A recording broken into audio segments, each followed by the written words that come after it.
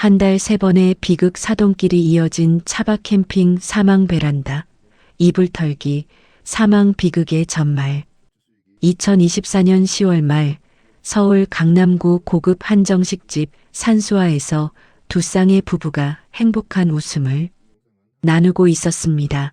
이들은 자녀의 결혼으로 인연을 맺은 사돈지간 그 누구도 이날의 만남이 연이은 비극의 시작점이 될 줄은 몰랐습니다. 63세 며느리의 친정엄마인 장순이가 한복 차림에 환한 미소를 짓는다. 아이고, 사돈어른 우리 애들이 결혼하고 이렇게 다 같이 모이는 게 얼마만인지 몰라요. 요즘은 명절에도 각자 지내는 집들이 많다던데 우리는 이렇게 자주 볼 수 있어서 참 좋네요. 우리 서윤이 시집와서 얼굴이 활짝 폈어요. 아침마다 전화하는데 목소리가 그렇게 밝을 수가 없어요. 65세 시어머니 강경아는 깔끔한 트위드 재킷 차림에 온화한 인상이다. 그러게 말이에요. 사부인 우리 아들놈이 정말 복이 많죠. 며느리가 얼마나 싹싹하고 예쁜지 시댁 어른들 챙기는 것도 그렇고 음식 솜씨도 일품이에요. 이게 다 어머님, 아버님 덕이에요. 이렇게 훌륭하게 키우셔서 67세 며느리 친정 아빠인 이창호는 격식 있는 양복 차림에 카리스마가 넘친다. 하하, 모료, 사돈댁 과찬이십니다. 우리 서윤이가 철이 없어서 시댁에서 고생 많으실 텐데 이렇게 잘 챙겨주시니 저희가 오히려 감사하지요. 요즘 젊은 애들이 자기들끼리 잘 살면 그게 최고 행복 아니겠어요? 우리 부모 세대야 뭐 건강만 하면 됐지. 그런데 말입니다. 바깥 사돈 얼굴이 오늘 좀 안 좋아 보이네요. 무슨 걱정이라도 있으신가요? 시아버지 이정수가 웃으며 손을 젓는다. 아, 별것 아닙니다. 사돈어른 그냥 회사가 요즘 좀 시끄러워서요. 인수합병 이야기도 나오고 저 같은 고참들은 이제 정리 대상이라 신경 쓸 일이 많네요. 내년이면 정년인데 퇴직금 문제도 있고 이런 어두운 얘기는 그만하죠. 오늘 좋은 날인데 장순이는 남편 이창호를 쳐다보다가 밝게 웃는다. 어휴, 무슨 걱정이에요. 사돈어른은 취미도 좋으시잖아요. 저희 남편이랑 같이 차박이나 캠핑 다니시면 스트레스가 싹 풀릴 텐데 우리 영감탱이가 말입니다. 매주 주말마다 전국 팔도를 떠돌아다녀요. 손으로 이창호를 툭 친다. 마침 다음 주말에 저희가 소백산 부석서 쪽으로 차박 가거든요. 요즘 날씨가 쌀쌀해졌는데 그때 단풍도 마지막이고 공기가 얼마나 상쾌한지 몰라요. 강경아가 놀라며 손을 내젓는다. 어머, 사부인 벌써 11월인데 산속은 추워서 어떻게 다니세요? 저희 남편은 그런 고생은 질색이라 호텔도 3성급 이하는 안 가려고 하는데 사돈어른은 체력이 정말 대단하세요. 이창호는 호탕하게 웃으며 주먹으로 가슴을 두드린다. 그 맛에 갑니다. 사부인 텐트 치고 발전기 돌리고 밤하늘에 별 보면서 소주 한 잔 걸치면 세상 시름이 다 사라진다니까요. 우리 작년 겨울에도 평창 대관령에서 차박했는데 영하 10도였지만 텐트 안에 난로 켜놓으니까 따뜻하고 얼마나 좋았는지 몰라요. 사돈 우리 다음 주에 꼭 한번 같이 가봅시다. 사모님도 모시고 집사람이 솜씨가 좋아서 캠핑 요리도 일품이에요. 이정수는 억지 미소를 지으며 고개를 끄덕인다. 하하, 생각해 보겠습니다. 사돈어른 요즘 워낙 몸도 안 좋고 사실 잠도 잘 못 자서 정신이 없네요. 그럴수록 더 가야죠. 산 공기 마시면 잠도 잘 오고 머리도 맑아진다니까요. 우리 부석사 근처 주차장이 넓어서 차박하기 딱 좋아요. 새벽에 일어나면 절에서 예불 소리도 들리고 분위기가 정말 장관이에요. 강경아가 망설인다. 글쎄요. 저희 남편이 요즘 컨디션이 안 좋아서 아이고 사모님 그럴수록 환경을 바꿔야 합니다. 집에만 있으면 우울해지는 법이에요. 제가 캠핑 장비도 다 빌려드릴게요. 그냥 옷만 챙겨 오시면 됩니다. 우리끼리 친목도 다지고 좋은 기회 아니겠어요? 이정수는 깊게 한숨을 쉬고는 고개를 끄덕인다. 알겠습니다. 그럼 사돈 말씀대로 한번 가보죠. 아내도 좋아할 것 같고 이날의 만남 이후 두 가족은 운명적인 비극의 소용돌이 속으로 빠져들게 됩니다. 그 누구도 예상치 못한 비극이 한 달 사이에 3번이나 찾아올 줄은 몰랐습니다. 2024년 11월 18일 월요일 새벽 6시 30분 영주시 부석면 부석사 탐방로 입구 주차장에 흰색 SUV 차량 한 대가 주차되어 있다. 차량 옆에는 차박용 텐트가 연결되어 있고 차량 뒤편에 소형 휴대용 발전기가 놓여 있다. 발전기는 꺼져 있다. 주변은 고요하고 인적이 드물다. 2024년 11월 18일 월요일 부석서 부리맘에서 새벽 예불을 마친 한 스님이 주차장을 지나가다 이상한 기운을 느낍니다. 어라? 저 차량 어제 저녁부터 있었는데 차박하시는 분들인가 보네. 그런데 왜 이렇게 조용하지? 스님이 차량 창문에 얼굴을 가까이 대고 안을 들여다본다. 창문이 김으로 흐려져 있고 안쪽에서 미동도 없다. 여보세요? 혹시 괜찮으십니까? 여보세요? 아침이 되었습니다. 주지승이 급히 휴대전화를 꺼낸다. 여보세요? 119입니까? 부석사 주차장인데요. 차박하시는 분들이 응답이 없습니다. 차 안에 두 분이 계신 것 같은데 전혀 움직임이 없어요. 어제 저녁부터 주차되어 있었는데 빨리 좀 와주세요. 7분 후 경찰차와 소방차, 구급차가 사이렌을 울리며 도착한다. 소방관들이 급히 차량으로 달려간다. 30대 초반 소방관이 차량 문을 열려고 시도한다. 차량 문이 잠겨 있습니다. 창문 깨고 진입하겠습니다. 구조장비 가져와요. 유리창을 깨고 문을 연 소방관은 얼굴이 굳어진다. 이쪽 두 분 다 의식 없습니다. 심정지 상태입니다. 즉시 심폐소생술 시작합니다. 구급대원들이 급하게 두 사람을 차량 밖으로 옮겨 심폐소생술을 실시한다. 좌석 사이에 작은 부탄가스 버너가 놓여 있고 텐트와 차량이 완전히 밀폐되어 있다. 사망 추정 시각은 어젯밤 자정에서 새벽 2시 사이로 보입니다. 발전기는 꺼져 있고요. 차량 내부에서 부탄가스 버너가 발견됐습니다. 일산화탄소 중독 가능성이 매우 높습니다. 50대 경찰은 신원 확인을 위해 지갑을 확인한다. 신원 확인됐습니다. 이창호 67세, 장순희 63세 서울 강동구 거주 부부입니다. 차박 캠핑 중 난방 목적으로 가스버너를 켜고 주무신 것으로 추정됩니다. 텐트와 차량이 완벽하게 밀폐된 상태입니다. 환기구가 전혀 없어요. 발전기는 차량 외부 약 3m 거리에 있고 연료가 떨어져서 꺼진 상태입니다. 버너는 기름이 거의 없네요. 밤새 켜져 있었던 것 같습니다. 겨울 차박의 위험성을 그렇게 경고해도 매년 이런 사고가 반복되는데 안타깝습니다. 유가족에게 연락해야겠습니다. 스님이 나지막이 나무아미탑을 관세음보살 두 분에 넣기 편안히 극락왕생하시기를. 이창호, 장순희 부부는 그렇게 차가운 산속에서 마지막 밤을 맞이했습니다. 사랑하는 딸을 남겨두고 영원한 잠에 빠져든 것입니다.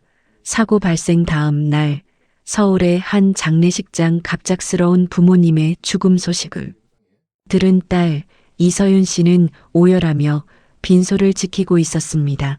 이창호와 장순희의 환하게 웃는 얼굴 영정사진 앞에는 국화꽃으로 장식된 제단이 있고 며느리 이서윤이 상복을 입고 바닥에 주저앉아 오열하고 있다. 시어머니 강경아와 시아버지 이정수가 양옆에서 부축하고 있다. 엄마, 아빠, 어떻게 이럴 수가 있어요? 저를 두고 이렇게 가시면 어떻게 해요? 한 번만 더 얼굴 보고 싶어요. 제가 지난주에 전화했을 때 그게 마지막 일 줄 알았으면 하필 왜 소백산까지 가서 왜 그 추운 산속에서 시어머니 강경하는 며느리를 꼭 안으며 자신도 눈물을 흘린다. 아가, 그만 울어. 내가 이렇게 울면 부모님이 마음 아파하신다. 어쩌면 좋아.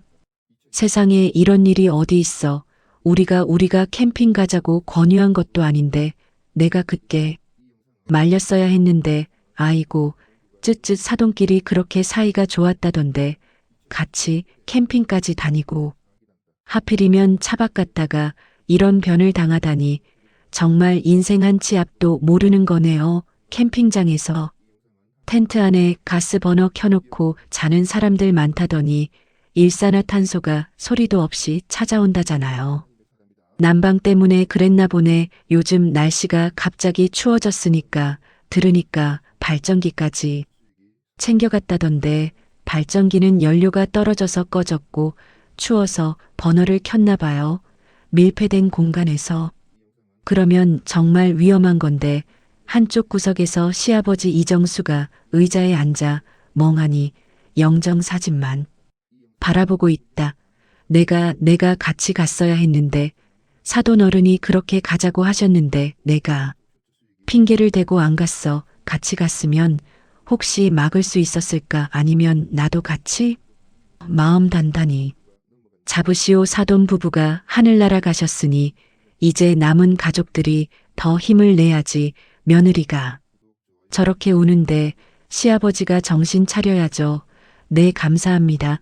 엄마 아빠, 제가 효도도 제대로 못했는데 이렇게 가시면 앞으로 저 혼자 어떻게 살아요. 어머님, 제가 너무 힘들어요. 경아가 며느리의 머리를 쓰다듬는다. 알아. 아가 다 알아. 내 마음 내가 다 안다. 내가 내 엄마처럼 잘해줄게. 우리 함께 이겨내자. 응? 빈손은 슬픔으로 가득 차 있다. 이창호, 장순이 부부의 장례는 사흘간 치러졌습니다. 수많은 친지와 지인들이 찾아와 애도했지만 그 누구도 이 비극이 더 큰 비극의 시작이 될 줄은 몰랐습니다. 2024년 12월 중순 서울 송파구 이정수와 강경아의 아파트 거실은 깔끔하게 정돈되어 있지만 어딘가 음산한 분위기가 감돈다. 이정수가 소파에 앉아 멍하니 창밖을 바라보고 있다. 사돈 부부가 세상을 떠난 지 한 달. 시아버지 이정수 씨는 점점 말수가 줄어들고 혼자만의 시간이 많아졌습니다. 아내 강경아 씨는 남편의 변화를 걱정하기 시작했습니다. 여보, 저녁 준비 다 됐어. 밥 먹어 여보. 요새 왜 그래? 밥도 제대로 안 먹고 말도 없고 사돈들 가시고 나서 계속 축 처져 있는 것 같아서 나 걱정돼서. 그래, 정수 눈가에 다크서클이 짙다. 괜찮아.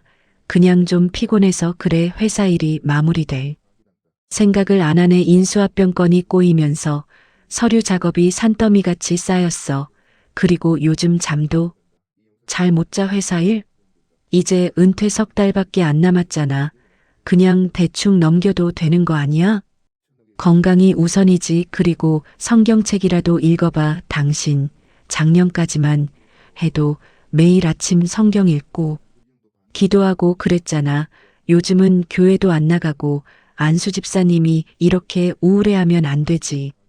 성경은 무슨 지금 그럴 기분이 아니야.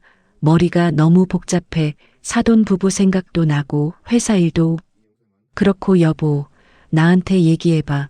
혼자 끙끙 앓지 말고. 우리 부부잖아. 당신이 힘들면 나도 힘들어. 아니야, 괜찮아. 나 오늘 아들네 가서 겨울 이불 좀 털어주고 와야겠어. 갑자기 생각났는데 이불이 축축할 것 같아. 이불이라도 깨끗해야 마음이 편안하지. 강경아가 놀라 시계를 본다. 지금 낮 2시에? 당신 지금 저녁 준비 다 됐다니까. 밥 먹고 가도 늦지 않잖아. 그리고 겨울이라 밖이 추워 이불 털지 말고 세탁소에 맡기라고 그래. 정수는 신경질적으로 목소리를 높인다. 아니야. 내가 직접 털어야 해. 세탁소는 시간도 오래 걸리고 이불에 먼지가 많을 거야. 사돈들도 깨끗한 이불을 좋아하셨어. 그 먼지 속에 우리 며느리가 잠들게 할 수 없어. 나 다녀올게. 경아가 남편을 붙잡으려 한다. 여보, 잠깐만. 며느리한테 전화라도 하고가. 갑자기 가면 당황하잖아. 괜찮아. 며느리도 기뻐할 거야. 깨끗한 이불에서 자면 기분이 좋아지니까. 요즘 남편이 이상해. 이불에 왜 이렇게 집착하는 거지? 사돈 부부일 이후로 며느리한테 너무 신경을 많이 쓰는 것 같아. 혹시 우울증인가? 며느리 이서윤에게 전화를 건다. 여보세요, 서윤아? 어머니야, 아버님이 지금 너희 집으로 가셨어. 이불 털어준다고. 응, 갑자기 요즘 아버님이 좀 이상해. 걱정이야. 집에 있지? 그래, 잘 챙겨드려. 나도 곧 갈게. 그날 오전 10시 회사에서 이정수는 지옥 같은 시간을 보내고 있었습니다. 서울 강남구 중견 건설회사 본사 8층 회의실 테이블에는 두꺼운 서류 뭉치들이 쌓여 있고 50대 중반의 감사팀장과 40대 초반의 법무팀 직원이 이정수를 마주보고 앉아 있다. 이정수의 얼굴은 창백하고 손은 미세하게 떨리고 있다. 이 부장님, 다시 한번 여쭙겠습니다. 2023년 9월부터 2024년 6월까지 귀하가 총괄하시던 부서에서 총 8억 3천만 원의 회계 불일치가 발견됐습니다. 이 부분에 대해 명확한 해명이 필요합니다. 정수는 떨리는 목소리로 답한다. 그건 제가 직접 처리한 게 아니라 저희 부서 김 대리가 담당했던 부분입니다. 제가 최종 결제만 했을 뿐. 법무팀 직원이 냉정하게 서류를 넘긴다. 하지만 이 부장님께서 최종 승인 도장을 찍으셨습니다. 여기, 그리고 여기 총 47건의 허위 지출 내역에 모두 이 부장님 도장이 찍혀 있습니다. 내용 확인 및 승인함이라고 직접 사인도 하셨고요. 그건 김 대리가 급하다고 해서 내용을 자세히 보지 못하고 감사팀장이 테이블을 손바닥으로 탁 친다. 이 부장님, 지금 상황이 얼마나 심각한지 아십니까? 8억이 넘는 돈입니다. 김 대리는 이미 도주했고 연락 두절입니다. 그 사람 가족들도 찾을 수가 없어요. 결국 책임은 부서장이신 이 부장님께 돌아올 수밖에 없습니다. 정수는 머리를 감싸진다. 하지만 저는 정말 몰랐습니다. 김 대리를 믿었고 저는 그저 믿었다고요? 부서장이 부하 직원 관리 감독을 제대로 한 게 변명이 됩니까? 이 부장님, 지금 회사는 인수합병 절차를 밟고 있습니다. 이런 회계 부정이 드러나면 인수 가격이 폭락하고 회사 전체가 위기에 빠집니다. 최악의 경우 형사 고발까지 갈 수 있어요. 정수의 얼굴에서 핏기가 사라진다. 형사 고발이요? 내 횡령 방조 혐의로 고발될 수 있습니다. 물론 이 부장님이 직접 돈을 빼돌린 건 아니지만 관리 감독 소홀과 허위 승인은 명백한 직무유기입니다. 그리고 실무적으로는 이 부장님께서 퇴직금으로 이 손실을 메워야 할 가능성이 큽니다. 정수는 숨이 턱 막힌다. 퇴직금으로요? 그럼 제 퇴직금 5억 2천만 원 전액을 내놔도 3억이 모자란다 말이네요. 감사팀장이 고개를 끄덕인다. 그렇습니다. 회사 입장에서는 이 부장님께 민사상 손해배상 청구를 할 수밖에 없습니다. 퇴직금 전액 포기에다가 개인 재산으로 나머지 3억을 채워야 합니다. 혹시 아파트라도 있으시면. 아파트요? 그건 제 명의가 아니라 아내 명의입니다. 그리고 대출도 2억이 남아있고. 법무팀 직원이 차갑게 말한다. 그럼 배우자 재산도 조사 대상이 됩니다. 최악의 경우 가압류도 가능하고요. 이 부장님, 솔직히 말씀드리면 지금 상황이 매우 안 좋습니다. 회사는 이번 사태를 덮으려면 누군가 책임을 져야 하고 그 대상이 이 부장님일 수밖에 없어요. 정수는 의자에서 거의 쓰러질 듯 몸을 기댄다. 그럼 제가 30년 넘게 회사 위에 일한 건 다 물거품이 되는 겁니까? 퇴직금도 없이 빚더미에 올라앉아 가족들 얼굴도 못 보고 감사팀장이 한숨을 쉰다. 이 부장님 심정은 이해합니다만 회사도 살아야 하지 않겠습니까? 인수합병이 무산되면 직원 수백 명이 일자리를 잃습니다. 이 부장님 한 분이 희생하시면 회사 전체가 살 수 있습니다. 희생이라니요. 이건 희생이 아니라 저를 희생양으로 만드는 거잖아요. 법무팀 직원이 차갑게 말을 잇는다. 이 부장님께서 협조적으로 나오시면 회사는 형사고발을 최대한 자제하겠습니다. 하지만 만약 끝까지 책임을 회피하시면 검찰에 고발하고 언론에도 알릴 수밖에 없습니다. 그럼 이 부장님 사회적 평판은 완전히 끝나는 거고요. 선택은 이 부장님 몫입니다. 오늘 안으로 답변 주시기 바랍니다. 회의실 문이 닫힌다.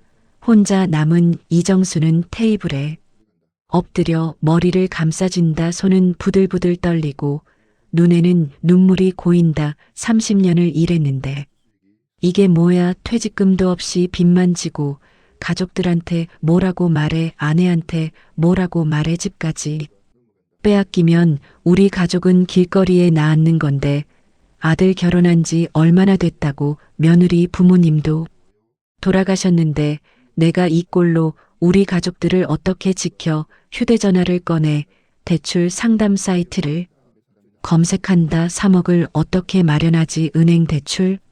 나이가 67세면 대출 자체가 안 나와. 사채? 이자가 얼마인데 그것도 갚을 길이 없어. 검색 결과를 보다가 절망의 휴대전화를 던진다. 휴대전화가 바닥에 떨어지며 화면이 금이 간다. 차라리 죽는 게 나을까. 사돈들처럼 사고로 죽으면 보험금은 나오잖아.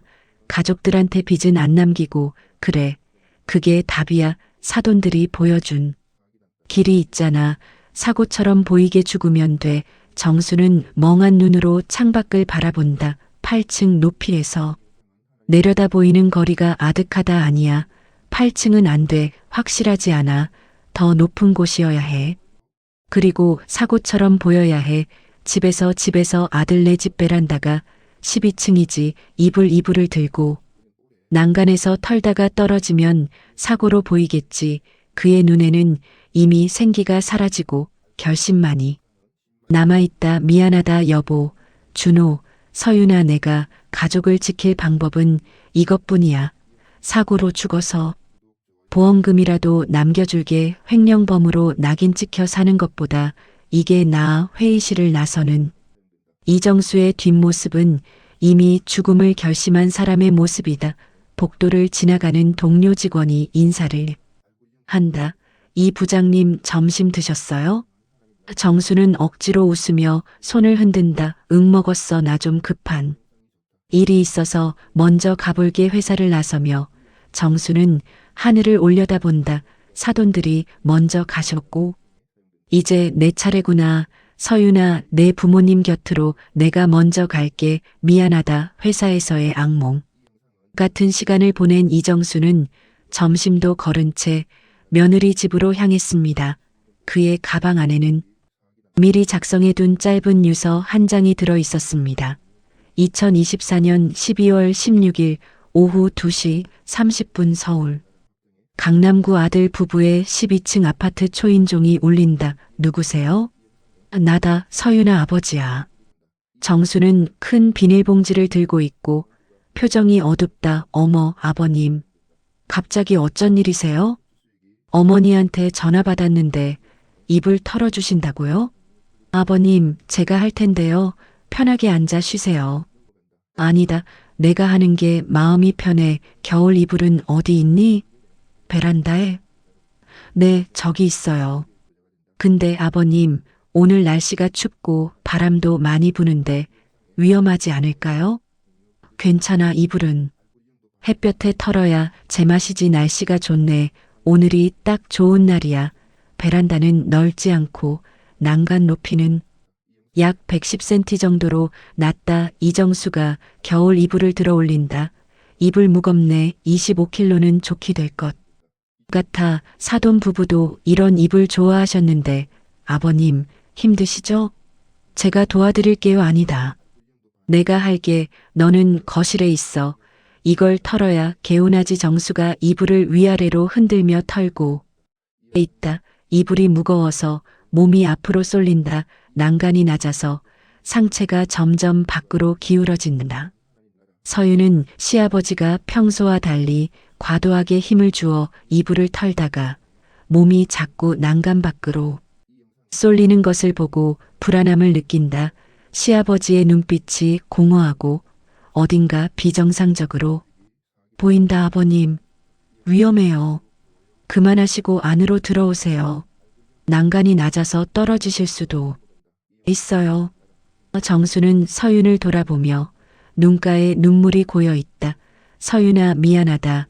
내 부모님 내가 같이 갔어야 했는데 내가 너무 힘들어서. 아버님? 무슨 말씀을? 정수가 갑자기 이불을 난간 밖으로 힘껏 밀어내듯 던진다. 이불과 함께 중심을 잃고 몸이 앞으로 쏠린다. 아버님, 안 돼요. 며느리가 베란다로 달려가 난간을 붙잡으며 아래를 내려다본다. 12층 아래 아파트 화단 쿵 하는 둔탁한 소리와 함께 이정수가 떨어진다. 주변 주민들이 비명을 지른다. 사람이 떨어졌어요. 119 불러요. 여보세요. 119입니까? 사람이 아파트에서 추락했어요. 빨리 와주세요. 12층 베란다. 며느리 이서윤이 넋을 잃고 바닥에 주저앉는다. 얼굴이 창백해지고 손은 떨리고 있다. 아버님, 이게 꿈이겠지. 이불. 아버님, 왜? 2024년 12월 16일 오후 2시 40분 이정수 씨는 12층 베란다에서 추락하여 그 자리에서 사망했습니다. 사돈 부부가 세상을 떠난 지 정확히 28일 만의 일이었습니다. 아파트 1층 화단 경찰 출동 및 현장 통제선이 설치되어 있다. 구급차와 경찰차의 사이렌이 울린다. 이정수의 시신 위에 흰 천이 덮여 있고 주변에는 이불이 흩어져 있다. 강경아가 급히 달려와 오열하고 이서윤은 충격으로 멍한 표정으로 서 있다. 여보, 이럴 수가. 당신 정신 차려. 이게 무슨 일이야. 이불 털다가 떨어지다니. 이게 무슨 날벼락이야. 하나님, 맙소사. 한 달 만에 이게 무슨 일이야. 주님, 왜 이런 시련을 주시는 겁니까? 유가족분이십니까? 목격자 진술을 토대로 보면 고인께서 베란다에서 겨울 이불을 털다가 중심을 잃고 추락사 하신 것으로 추정됩니다. 겨울 이불이라 무게가 무거워서 균형을 잃으신 것 같습니다. 주변 CCTV 확인 중입니다만 며느리는 넋이 나간 채 초점이 없다. 이불. 아버님이 이불을 털다가 제가 말렸는데 들어오시라고 했는데 제 잘못이에요. 제가 막았어야 했는데. 부인, 진정하세요. 부인 잘못이 아닙니다. 사고입니다. 유가족분, 고인께서 최근에 우울증이나 정신적인 문제가 있으셨습니까? 우울증이요? 글쎄요. 회사 일로 스트레스를 많이 받으셨어요. 그리고 한 달 전에 우리 사돈 부부가 차박사고로 돌아가셨거든요. 그 이후로 많이 침울해지셨어요. 하지만 자살을 생각하실 분은 아니에요. CCTV 확인했습니다. 고인께서 이불을 난간 밖으로 힘껏 밀어내는 모습이 포착됐습니다. 사고인지 고의인지 판단하기 애매합니다. 추가 조사가 필요할 것 같습니다. 저 집 며느리 들었어? 한 달 전에 친정 부모님도 사고로 돌아가셨다던데 너무 이상하지 않아? 한 달 만에 시아버지까지 그러게 말이야. 이건 뭔가 시인 거지 귀신이 붙었나 봐. 사돈네가 저승에서 불러간 거 아니야? 아니면 며느리 팔자가 사나워서 주변 사람들이 다 죽는 건가? 아이고, 무서워라. 용하다는 무당이라도 찾아가 봐야 하는 거 아니야? 이건 그냥 사고가 아니야. 연이어 3명이나 죽었는데 강경하는 주민들의 귓속말을 듣고 흠칫 놀란다. 무슨 소리를 하시는 겁니까? 우리 며느리는 아무 잘못이 없어요. 이건 단순 사고예요. 아, 아니에요. 권사님 그냥 워낙 이상해서 죄송합니다. 경하는 며느리를 안으며 눈을 감는다. 주여 마귀의 소리를 물리쳐 주시옵소서. 이 모든 것이 시험이옵니까? 저희를 굳건하게 지켜주소서. 며느리는 안겨 흐느낀다. 어머님 저 때문에 제가 저주받은 건가요? 엄마 아빠에 이어 아버님까지 다 제 잘못인 것 같아요. 아니야. 아가 절대 내 잘못이 아니야. 하나님이 우리를 시험하시는 거야. 사랑하는 사람들을 연이어 잃은 며느리 이서윤 그리고 시어머니 강경아, 두 사람의 얼굴에는 공포와 슬픔 그리고 자책감이 교차했습니다. 주변 사람들의 수군거림은 그들의 마음에 더 큰 상처를 남겼습니다. 2024년 12월 17일 오전 10시 강경아의 교회 대형 교회의 기도실 강경아가 무릎을 꿇고 간절히 기도하고 있다. 남편의 장례를 치른 다음 날 강경아 권사는 교회를 찾았습니다. 연이은 비극 앞에서 신앙인으로서의 정체성과 현실의 공포 사이에서 흔들리고 있었습니다. 주님 왜 이런 시련을 저희에게 주시는 겁니까? 사돈 부부에 이어 남편까지 제가 무슨 죄를 지었기에 하나님 제발 답을 주세요. 이 고통의 의미를 알려주세요. 기도실 문이 열리고 담임 목사가 들어온다. 권사님 여기 계셨군요. 어제 장례식에서 너무 힘들어 보이셔서 걱정했습니다. 목사님 너무 힘듭니다. 한 달 사이에 사돈 부부 그리고 남편까지 제가 교회에서 20년 넘게 권사로 섬겼는데 왜 이런 일이 사람들이 수군거려요. 귀신이 들었다고 사돈네가 저승에서 불러갔다고. 권사님 흔들리지 마십시오. 그것은 미신입니다. 하나님을 믿는 우리에게 귀신 따위는 존재하지 않습니다. 욥기를 보십시오. 욥도 하루아침에 모든 것을 잃었지만 끝까지 하나님을 의지했습니다. 이것은 시험입니다. 하나님께서 권사님의 믿음을 시험하시는 것입니다. 경아는 고개를 끄덕이지만 확신이 없는 표정이다. 네, 알고 있습니다. 하지만 목사님, 솔직히 너무 무서워요. 며느리 얼굴을 보면 이대로는 안 될 것 같아서 혹시 며느리에게도 무슨 일이 생기면 권사님, 두려움은 마귀가 주는 것입니다. 주님께 모든 것을 맡기십시오. 절대로 점쟁이나 무당 같은 곳에 가시면 안 됩니다.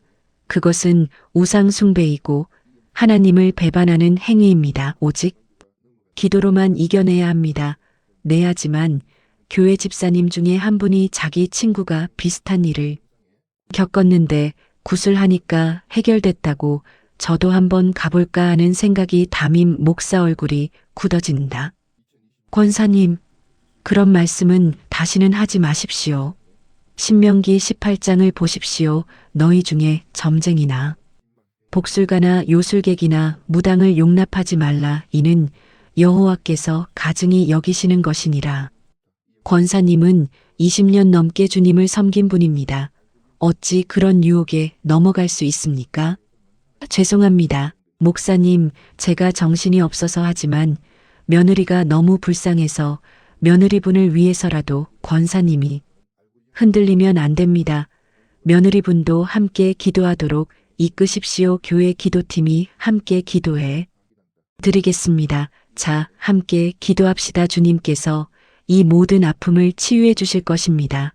교회에서 돌아온 그날 밤 강경아는 잠을 이루지 못했습니다. 며느리의 창백한 얼굴이 계속 떠올랐고 주변 사람들의 수군거림이 귓가에 맴돌았습니다. 결국 그녀는 금기를 어기기로 결심합니다. 24년 12월 18일 오후 4시 서울 도봉구의 허름한 골목길 간판도 없는 낡은 2층 건물 강경아가 모자를 깊이 눌러쓰고 주변을 살피며 계단을 올라간다. 2층 방문을 두드리는 강경아 문이 열리고 어두컴컴한 방 안으로 들어간다. 방 안에는 붉은 천이 드리워져 있고 향이 피어오르며 작은 제단이 놓여 있다. 70대 여성 점쟁이가 눈을 감은 채 말한다. 앉으시게 왔구머니. 할미가 안 봐도 다 아내자네. 한 달 사이에 3사람의 죽음을 봤지. 사돈부부 그리고 남편. 경아는 놀라 뒤로 물러선다. 어떻게 제가 말도 안 했는데 자네 얼굴에 다 써있네. 죽음에. 기운이 자네를 감싸고 있어. 저기 보이나?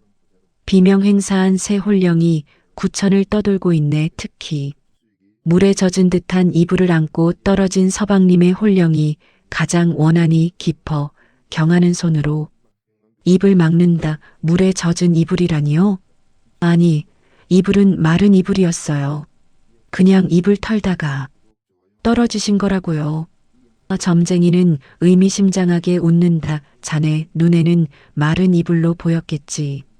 하지만 영의 세계에서는 달리 보이는 법인의 서방님의 홀령이 말하고 있어. 억울하다고. 아직 갈 때가 아니었다고. 경아가 무릎을 꿇는다. 할머니, 그럼 어떻게 해야 하나요? 이대로 두면 우리 며느리에게도 화가 미칠까요? 억울한 죽음이 한을 만들고 그 한이 가족의 생기를 빨아들이지. 사돈네 부부가 먼저 동반을 시작했고 서방님을 부른 것이여. 자네 며느리 지금 매우 위험한 상태야. 생기가 거의 바닥났어. 그럼 어떻게 하면 되나요? 구슬해야 하나요? 얼마든지 할게요. 며느리만 살릴 수 있다면. 점쟁이가 천천히 일어선다. 구슬해서 혼을 달래야 해오는 주말. 자네 집에서 진호기굿을 해야 하네. 비용은 500만 원이야. 쌀, 과일, 돼지머리도 준비해야 하고 500만 원이요? 그리고 저는 교회 권사인데 굿을하면. 점쟁이가 단호하게 소리친다. 자네가 중요하게 여기는 게 뭔가? 교회 체면인가? 아니면 며느리 목숨인가? 이대로 두면 며느리도 한 달 안에 간다네. 자네도 그 뒤를 따를 거고. 안 돼요. 며느리는 안 돼요. 알겠습니다. 굿을 하겠습니다. 언제 하면 되나요? 이번 주 토요일 밤 자정부터 새벽까지 자네 집에서 하는 게 좋아. 홀령들이 머물던 공간이니까. 일단 계약금 100만 원 먼저 내게. 경아가 돈을 건네고 점집을 나선다. 계단을 내려가며 그녀의 표정은 죄책감과 두려움으로 가득하다. 계단을 내려가며 주님 용서하소서. 하지만 며느리를 지키기 위해서라면 이것도 어쩔 수 없는 일입니다. 신앙과 미신 사이에서 갈등하던 경아는 결국 현실의 공포 앞에 무릎을 꿇었습니다. 하지만 그녀는 아직 진실을 모르고 있었습니다.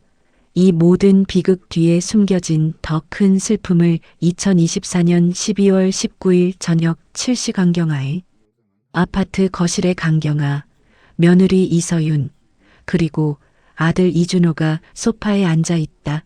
거실 분위기는 무겁고 침통하다. 테이블에는 커피 잔들이 놓여 있지만 아무도 마시지 않는다. 점집을 다녀온 다음 날 저녁 강경아는 아들 부부를 불렀습니다. 주말에 있을 곳에 대해 이야기하려 했지만 아들의 입에서 나온 말은 그녀를 더욱 혼란에 빠뜨렸습니다. 아들 이준호가 침울하게 앉아 있다. 어머니와 아내에게 제가 오늘 말씀드려야 할 게 있어요. 경아가 불안해한다. 무슨 말? 준호야, 무슨 일 있니? 준호는 테이블 위에 봉투 하나를 꺼내 놓는다. 이거 아버지 유품 정리하다가 찾았어요. 아버지 회사 책상 서랍 깊숙한 곳에서 봉투에서 낡은 메모지 한 장이 나온다. 손으로 쓴 짧은 글씨다. 미안하다. 더 이상 버틸 힘이 없다. 용서해다오. 이게 전부예요. 강경아는 충격을 받으며 메모를 빼앗듯 집어든다. 이게 무슨 말이니? 유서? 말도 안 돼. 내 아버지가 왜 유서를? 경아 손이 떨린다. 언제 쓴 거니? 준호는 고개를 숙인다. 아버지 필체가 맞아요. 그리고 회사 동료분한테 확인해 봤는데 아버지 회사에 큰 문제가 있었대요. 횡령 의혹을 받고 계셨대요. 며느리 이서윤이 놀란다. 횡령이요? 아버님이? 정확히는 아버지가 직접 한 건 아니고 아버지 부서에서 회계 부정이 발각됐는데 책임자가 아버지였대요. 금액이 8억 원이 넘어요. 아버지가 퇴직금으로 메워야 할 판이었는데 퇴직금 전액 날리고도 모자란 상황이었대요. 경아는 의자에 털썩 주저앉는다. 8억이라니. 그래서 그렇게 괴로워하셨던 거구나. 왜 한테 말 안 했어? 우리 같이 해결할 수 있었는데. 준호는 계속 말한다. 엄마, 그리고 당신한테도 미안한 얘기인데 아버지가 돌아가신 그날 아내가 저한테 말했잖아요. 아버지가 베란다에서 이불을 털 때 이상했다고. 서윤이 고개를 끄덕인다. 내 아버님이 이불을 난간 밖으로 던지듯이 힘껏 밀어냈어요. 그리고 제게 미안하다고 하셨어요. 너희 부모님 내가 같이 갔어야 했는데라고. 그때 아버님 눈빛이 너무 슬프셨어요. 마치 이별을 고하는 것 같았어요. 경아는 얼굴을 감싸진다. 안 돼. 설마 자살을? 준호는 무겁게 말한다. 경찰에서도 의심하고 있어요. CCTV를 분석한 결과 아버지가 이불을 들고 난간 쪽으로 갈 때 망설이는 모습이 포착됐대요. 그리고 이불을 난간 밖으로 밀어낼 때 고의로 몸을 기울이신 것 같다고. 경아는 오열한다. 세상에, 그럼 사고사로 위장한 자살이란 말이니? 우리를 속인 거야? 경악이 주먹으로 소파를 친다. 왜 혼자 짊어지고 가려고 한 거야? 우리 가족인데, 같이 해결할 수 있었는데. 엄마 아버지 입장에서는 횡령범으로 낙인 찍혀 사는 것보다 사고사로 가족들 보험금이라도 남겨주려고 하신 것 같아요. 그리고 사돈 부부의 사고를 보고 그 방법을 떠올리신 것 같아요. 사고처럼 보이게 죽을 수 있다는 걸. 서윤이 충격을 받는다. 그럼 제 부모님의 사고가 아버님께 자살의 아이디어를 준 거예요? 준호가 고개를 끄덕인다. 그렇게 볼 수 있어요. 아버지가 그날 유독 이불을 털겠다고 고집하신 것도 미리 계획하신 것 같아요.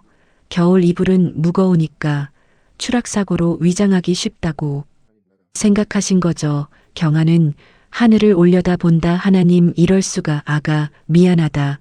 내 부모님이 우연히 돌아가신 건 맞지만 그게 우리 남편한테는 절망의 출구가 된 거구나. 내가 얼마나 괴로웠겠니? 이서윤이 통곡한다. 어머님, 저도 몰랐어요. 아버님이 그렇게 힘드신 줄. 제가 그날 아버님을 막았어야 했는데 제가 부모님처럼 조심하세요라고 말했을 때 아버님이 멈칫하셨어요. 그게 마지막 고민이셨던 것 같아요. 경아가 며느리의 손을 잡는다. 아가, 내 잘못이 절대 아니야. 모든 게 우리가 남편을 제대로 못 챙긴 탓이야. 내가 남편 마음을 더 들여다봤어야 했는데. 엄마, 그리고 또 하나 말씀드릴 게 있어요. 경찰에서 아버지가 남긴 휴대전화 기록을 조사했는데 돌아가시기 전날 밤 금융회사 대출 상담 사이트를 여러 번 접속하셨대요. 8억을 갚을 방법을 찾으셨던 거죠. 하지만 나이도 많고 담보도 없어서 결국 포기하신 것 같아요. 경아가 눈물을 주체하지 못한다. 그렇게까지 혼자 고민하셨구나. 여보, 당신 왜 나한테 말 안 했어요? 우리 집도 팔고 뭐든 할 수 있었는데. 세 사람이 거실에서 함께 울고 있다. 시아버지의 죽음은 단순한 사고가 아니었습니다. 그것은 극심한 절망 속에서 내린 비극적인 선택이었습니다. 사돈 부부의 사망이 그에게는 충동적인 자살의 계기가 되었고 사랑하는 가족을 위해 사고사로 위장하려 한 마지막 배려였던 것입니다. 경아가 점집에서 받은 부적을 꺼내 들여다본다. 그리고 천천히 찢어버린다. 귀신이 아니었어. 운명도 아니었어. 부적 조각을 쓰레기통에 버린다. 이건 우리가 서로를 제대로 돌보지 못한 결과였어. 미신에 기댈 게 아니라 진실을 마주해야 했어. 2024년 12월 21일 오후 3시 며느리 이서윤과 아들 이준호의 아파트 거실. 강경아, 이서윤, 이준호가 소파에 둘러앉아 진솔한 대화를 나누고 있다. 창밖으로는 겨울 햇살이 들어오고 테이블에는 따뜻한 차가 준비되어 있다. 진실을 알게 된 후 세 사람은 더 이상 미신에 기대지 않기로 결심했습니다. 그리고 서로의 아픔을 나누며 치유의 시간을 가지기 시작했습니다. 경아는 며느리의 손을 잡았다. 아가, 진심으로 미안하다. 내 아버님이 그런 고민을 하고 계셨는데 우리가 눈치채지 못했어. 그리고 내 부모님 사고가 우리 남편에게 잘못된 생각을 하게 만들었다는 것도 너무 마음이 아프다. 어머님, 그건 어머님 잘못이 아니에요. 제 부모님도 조심하셨어야 했어요. 차박할 때 일산화탄소 위험에 대해 몰랐던 거죠. 만약 알았더라면 환기를 했을 텐데. 준호는 두 사람을 번갈아 본다. 엄마, 당신, 우리 이제 서로 자책하지 말아요. 세 분 다 불행한 사고와 절망이 만든 비극이었어요. 누구의 잘못도 아니에요. 강경아는 고개를 젓는다. 아니야, 준호야, 엄마 잘못도 있어. 나도 고백할 게 있다. 사실 나 며칠 전에 점집에 갔었어. 아들, 며느리가 동시에 놀란다네. 점집이요? 응, 주변 사람들이 귀신이 들었다고, 며느리가 위험하다고 수군거리는 소리를 듣고 너무 무서웠어. 목사님은 기도하라고 하셨지만 나는 당장 뭔가 해야 할 것 같았어. 그래서 점쟁이한테 가서 500만 원짜리 굿을 예약했었어. 엄마가? 평생 교회만 다니신 엄마가? 응, 나도 믿을 수 없었어. 하지만 그만큼 며느리가 걱정됐어. 내 부모님, 내 시아버지에 이어 내가 다칠까봐 미칠 것 같았어. 하지만 준호가 유서를 보여주고 진실을 알게 된 후에 나는 깨달았어. 이건 귀신이 아니라 우리가 서로를 제대로 돌보지 못한 결과였다는 걸. 서윤은 강경아의 손을 꼭 잡았다. 어머님, 어머님 마음 이해해요. 솔직히 저도 무서웠어요. 자꾸 비극이 저를 따라다니는 징크스 같아서. 혹시 제가 재수가 없어서 주변 사람들이 다 불행해지는 건 아닐까, 그런 생각도 했어요. 경아가 고개를 절레절레 흔든다. 아니다. 아가, 절대 그렇지 않아. 두 사건 다 명백한 원인이 있었어. 내 부모님은 일산화탄소 중독의 위험성을 간과하셨고 내 아버님은 극심한 절망 속에서 안전을 무시하셨던 거야. 귀신도 징크스도 팔자도 아니야. 이제 우리가 해야 할 일은 서로를 더 잘 챙기고 안전에 더 신경 쓰는 거야. 맞아요. 그리고 우리가 이 비극에서 배워야 할 교훈도 있어요. 캠핑할 때는 절대 밀폐된 공간에서 가스를 사용하면 안 된다는 것. 혼자 고민을 끙끙 앓지 말고 가족에게 털어놓아야 한다는 것. 그리고 미신에 의존하지 말고 현실을 직시해야 한다는 거지. 아가, 이제 우리 셋이서 힘을 합쳐 살아가자. 내 부모님과 내 시아버지가 하늘에서 지켜보고 계실 거야. 서윤이 울먹인다. 네, 어머님 감사합니다. 정말 감사합니다. 우리 이제 더 행복하게 살아요. 돌아가신 분들을 위해서라도. 비극을 겪은 가족은 비로소 진실을 마주하고 서로를 이해하며 새로운 출발을 다짐했습니다. 귀신이나 운명이 아닌 인간의 선택과 안전 불감증이 만든 비극임을 깨달은 것입니다. 2025년 1월 강경아가 교회 강단에 서서 간증하는 모습. 교인들이 경건하게 듣고 있다. 사랑하는 교우 여러분, 오늘 제가 이 자리에 선 것은 제 가족의 아픈 이야기를 나누기 위함입니다. 한 달 사이에 세 사람을 잃었습니다. 처음에는 운명이라고, 귀신의 장난이라고 생각했습니다. 하지만 아니었습니다. 이 모든 비극은 우리가 일상에서 간과한 위험과 혼자 짊어진 절망이 만든 결과였습니다. 저희 사돈 부부는 일산화탄소 중독으로 세상을 떠나셨습니다. 겨울 캠핑의 낭만을 즐기려다가 소리 없는 살인자를 불러들인 것입니다. 밀폐된 차량과 텐트에서 난방을 위해 가스 버너를 켰고 그것이 치명적이었습니다. 차박 시 반드시 창문 일부 개방, 전용 난방 기구 사용, 잠들기 전 가스 기구 점검은 필수입니다. 일산화탄소는 무색무취입니다. 느낄 수도 맛볼 수도 없습니다. 그저 조용히 의식을 빼앗아 갈 뿐입니다. 차박을 하실 때는 반드시 환기를 확보하고 전용 난방 기구를 사용해야 합니다. 그리고 일산화탄소 경보기를 설치하는 것이 생명을 구할 수 있습니다. 그리고 제 남편의 비극은 추락사고의 위험성과 정신 건강의 중요성을 일깨워줍니다. 겨울 이불은 25kg 이상의 무게가 나갑니다. 난간이 낮은 베란다에서 이불을 털다가 중심을 잃으면 순식간에 추락할 수 있습니다. 베란다에서 이불 털기 금지, 세탁기 이용 또는 세탁소 이용, 난간 안전, 높이 확인이 필수입니다. 하지만 더 중요한 것은 제 남편이 혼자 짊어진 절망이었습니다. 회사 문제로 극심한 스트레스를 받고 계셨지만 가족에게 털어놓지 못하셨습니다. 만약 그때 저에게 말씀하셨다면 함께 해결 방법을 찾을 수 있었을 것입니다.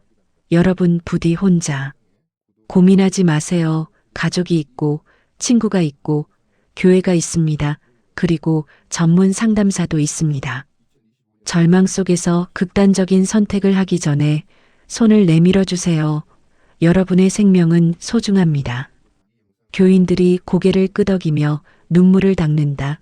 이 모든 비극은 안전 불감증과 고독한 절망이 만들어낸 결과였습니다. 미신이나 운명이 아니었습니다. 우리가 조금만 더 주의하고 조금만 더 서로를 돌봤다면 막을 수 있었던 비극입니다.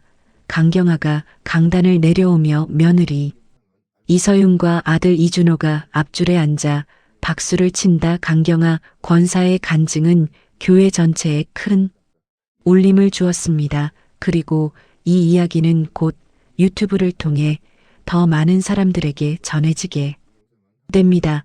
2025년 2월 봄의 기운이 느껴지는 화창한 날, 공원 벤치에 며느리 이서윤, 아들 이준호, 시어머니 강경아가 나란히 앉아 있다. 이서윤은 배가 약간 불러 있다. 임신 6개월이다. 세 사람이 밝은 미소를 짓고 있다. 비극의 겨울이 지나고 새로운 봄이 찾아왔습니다. 이서윤 씨는 새 생명을 잉태했고 가족은 다시 희망을 품기 시작했습니다. 어머님, 이 아이가 태어나면 할아버지 이름을 물려받고 싶어요. 정수라는 이름을 강경하는 눈물을 글썽인다. 아가 고맙다. 남편이 하늘에서 얼마나 기뻐하실까. 우리 손주야. 할아버지의 뜻을 이어받아 건강하고 행복하게 자라렴. 준호는 두 사람의 손을 잡는다. 엄마, 당신 우리 이제 정말 행복하게 살아요. 아빠와 장인어른, 장모님이 지켜보고 계실 거예요. 강경아가 당당히 선다. 사랑하는 시청자 여러분, 오늘 저희 가족의 아픈 이야기를 끝까지 들어주셔서 감사합니다. 저희는 한 달 사이에 세 사람을 잃었습니다. 처음에는 귀신이나 운명 탓을 했지만 결국 깨달았습니다. 이 모든 비극은 우리가 간과한 위험과 혼자 짊어진 절망이 만든 결과였다는 것으로 부디 저희의 비극이 여러분의 가족에게는 교훈이 되기를 바랍니다. 캠핑 시 일산화탄소 중독 위험. 반드시 환기하세요. 아파트 난간에서 이불 털기 금지. 추락 위험. 이 작은 안전 수칙이 여러분의 소중한 가정을 지켜줄 것입니다. 그리고 혹시 지금 절망 속에서 극단적인 선택을 고민하고 계신 분이 있다면 부디 손을 내밀어 주세요. 자살 예방 상담 전화 1393 정신건강 위기 상담 1577-199 여러분은 혼자가 아닙니다.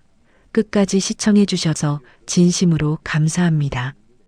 구독과 좋아요는 저희 가족이 다시 일어설 수 있는 큰 힘이 됩니다. 그리고 여러분의 소중한 댓글 하나하나가 저희에게는 위로가 됩니다. 저희의 이야기가 여러분께 작은 깨달음이라도 줄 수 있기를 진심으로 기도합니다. 감사합니다. 사랑합니다. 한 달 새 3번의 비극. 하지만 우리는 다시 일어섰습니다. 안전이 생명입니다. 사랑하는 사람을 지키세요. 강경아, 이서윤, 이준호 가족 올림 시청자 여러분, 본 영상은 실화를 바탕으로 재구성한 내용입니다. 영상 속 안전수칙은 반드시 준수해 주시기 바랍니다. 여러분 오늘도 안전하세요. 감사합니다.